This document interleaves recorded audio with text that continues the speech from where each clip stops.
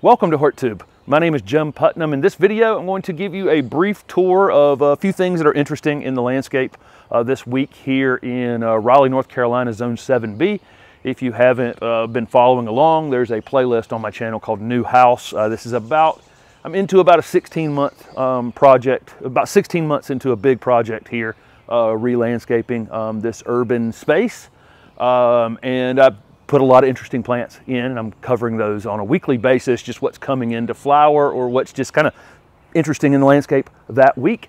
I announced a giveaway last week for a local giveaway for some plants that can be picked up here, and you can get a little tour of the landscape, and I'll announce those winners at the end of the video if you stick around.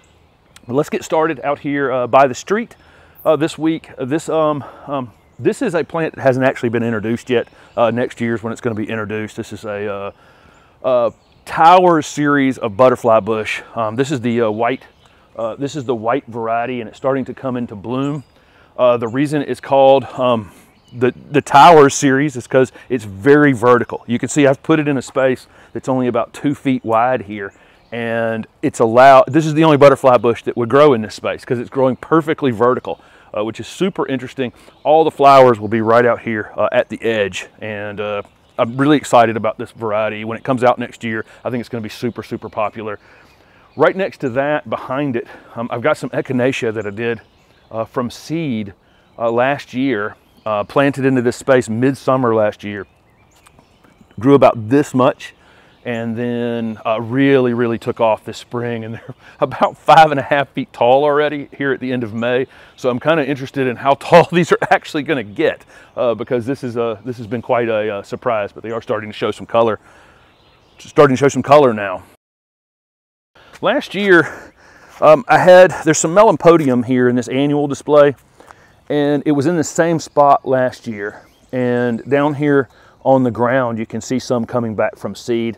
So it does seed itself year over year, but this is not that big of a deal. I mean, I can clean this, I can clean this up, about as quick as I can talk about it, honestly. So it's not that big of a deal, but do keep in mind if you use melanospodium, these will be this big around, absolutely covered in yellow flowers, but it will try to come back next year.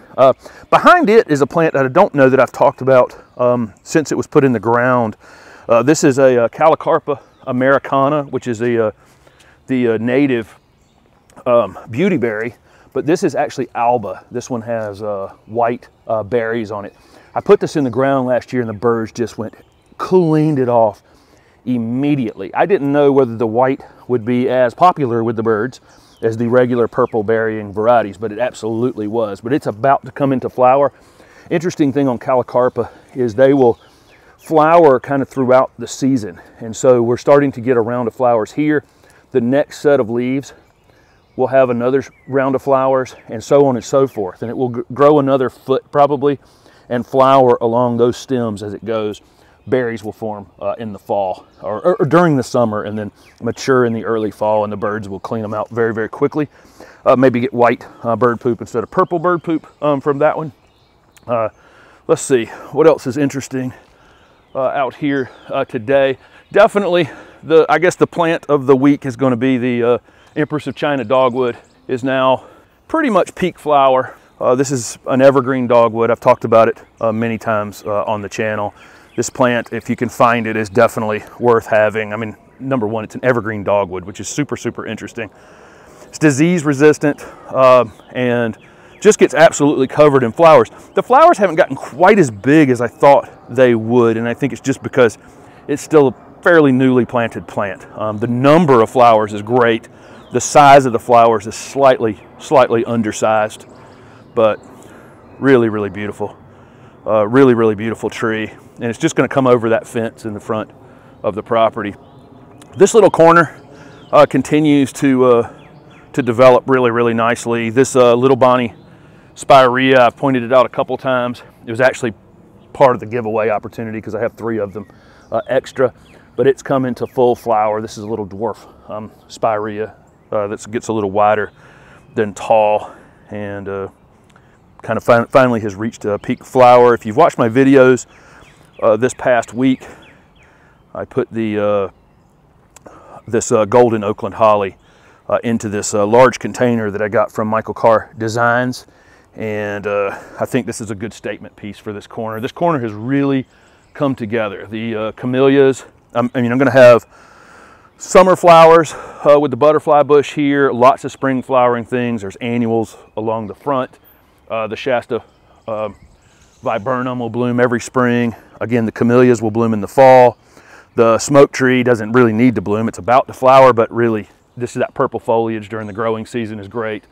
And so something's going to be happening over here all the time. And there were bulbs here. There are hyacinths here and other bulbs that came up earlier in the season. Yesterday, I talked about the oak leaf hydrangea, the ruby slippers oak leaf hydrangea in a video on hydrangeas yesterday if you want to learn more about that particular variety. Several other perennials were planted back here this week if you want to go back and look at those videos. And a couple other things from the front yard real quick.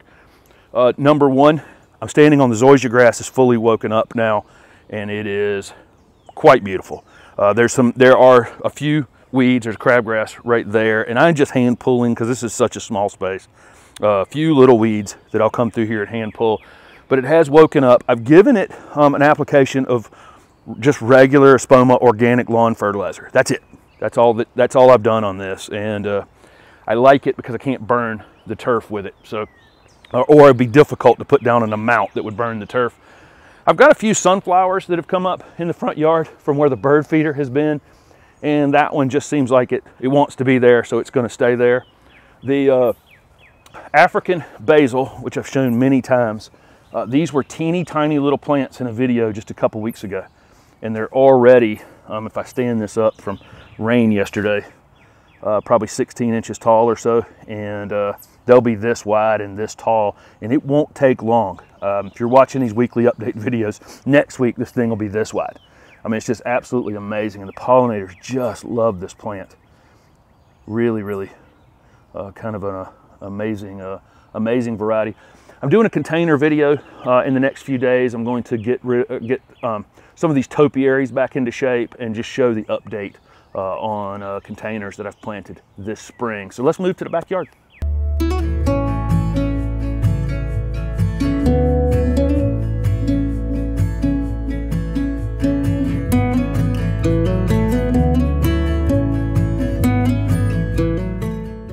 I've entered the fence gate on the south side of the house.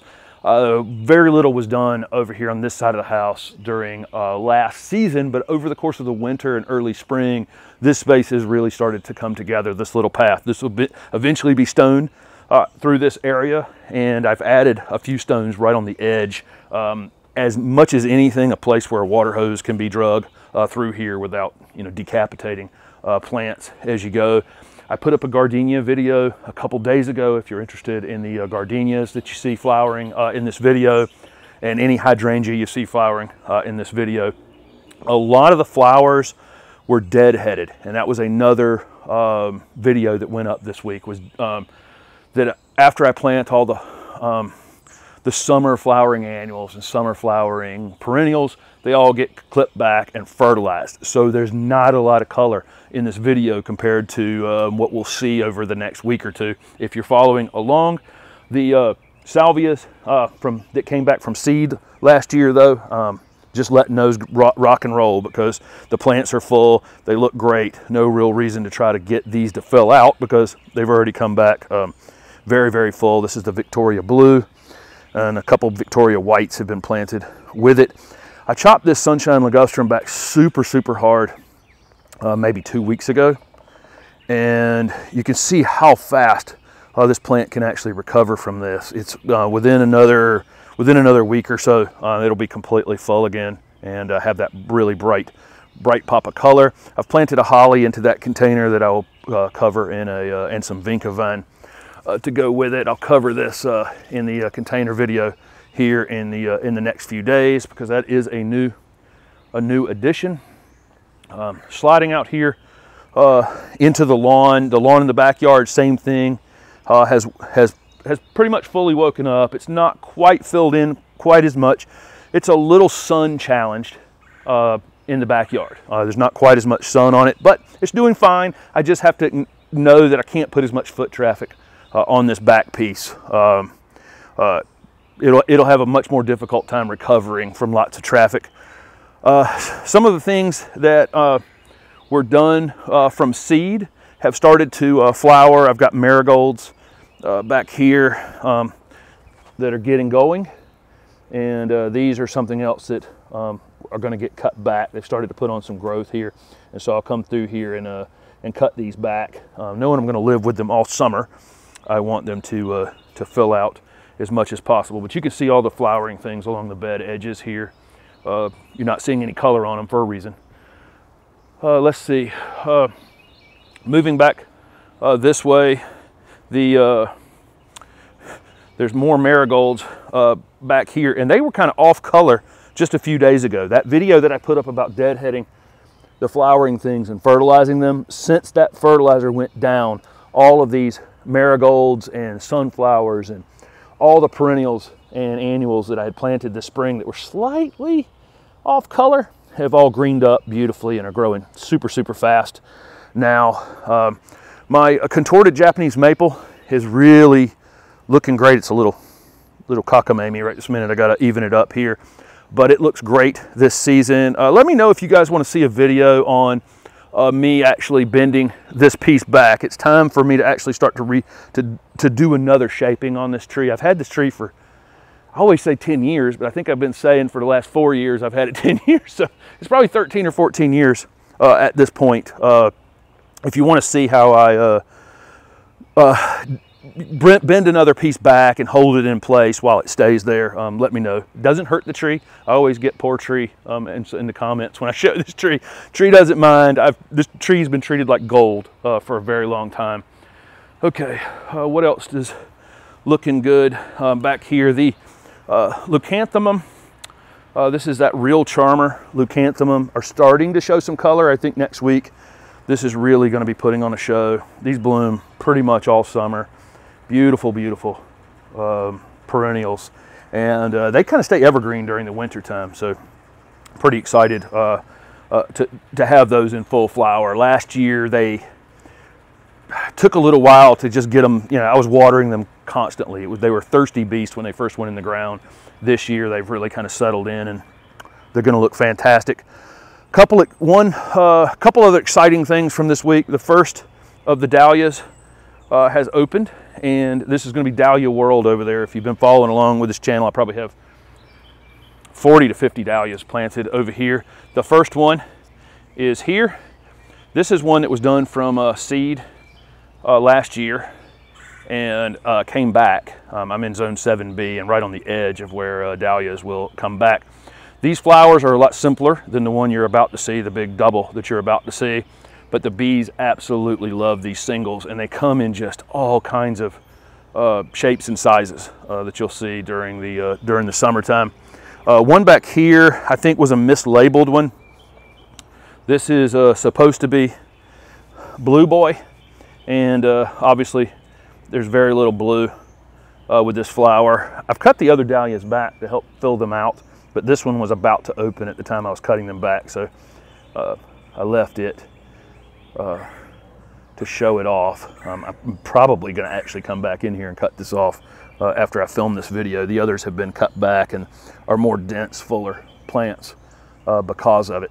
Thanks for following along with these weekly updates. I think over the next couple weeks, the days are warmer, nights are warmer. I think everything's really going to take off very quickly. Next week I'll include a vegetable garden update. Tomatoes going wild over there. Same thing with the peppers and other things that are in the vegetable garden that I haven't shown now in a couple of weeks. As these all the flowering things that were cut back start flowering again, should look amazing. The winners for the local giveaway for the extra plants that I am not putting in the ground here. On the two winners on YouTube were Leah Klauser, and she had asked for a Stella Ruby Magnolia, which I have here, and Bob Berger, who said Touch of Gold Holly was his favorite, and I've got one of those for him. And then over on Instagram, Erm718 wanted a Stella Ruby Magnolia. I've got another one for them. and Libby Bunn wanted one of the gardenias, and I've got one of those for you. So if you will email me here at the horttube@gmail.com email address, the four of you, and I will we'll get up and figure out a time that you can come over and pick up your plant and take a look around the landscape if you're interested. Thank you guys again for following along with these weekly updates. I'll be back again, obviously, next week, and should be quite a bit showier. Thanks for watching.